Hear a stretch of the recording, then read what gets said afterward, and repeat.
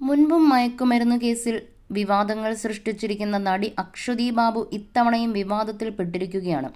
കൂത്തുപറമ്പ് താലൂക്ക് ആശുപത്രിയിൽ സീരിയൽ നടിയുടെ പരാക്രമമായിരുന്നു. ആശുപത്രി ജീവനക്കാരും പോലീസുകാരും ഏറെ നേരത്തെ ശ്രമത്തിനു ശേഷമാണ് ഇവരെ കോഴിക്കോട്ടെ മാനസികാരോഗ്യ കേന്ദ്രത്തിലേക്ക് മാറ്റിയത്.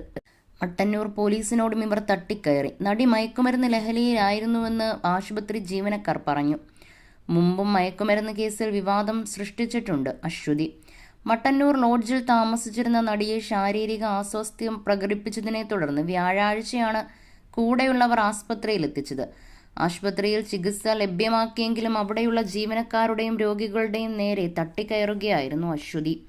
പരാക്രമം തുടർന്നതോടെ ആശുപത്രി അധികൃതർ പോലീസിൽ വിവരമറിയിച്ചു. താൻ തുടർച്ചയായി ലഹരി വസ്തുക്കൾ ഉപയോഗിച്ച് വരികയാണെന്നും ആശുപത്രിയിൽ എത്തിച്ചവരുടെ ഒപ്പം പോകില്ലെന്നും പോലീസിന്റെ സംരക്ഷണം ആവശ്യമാണെന്നും അശ്വതി പറഞ്ഞു.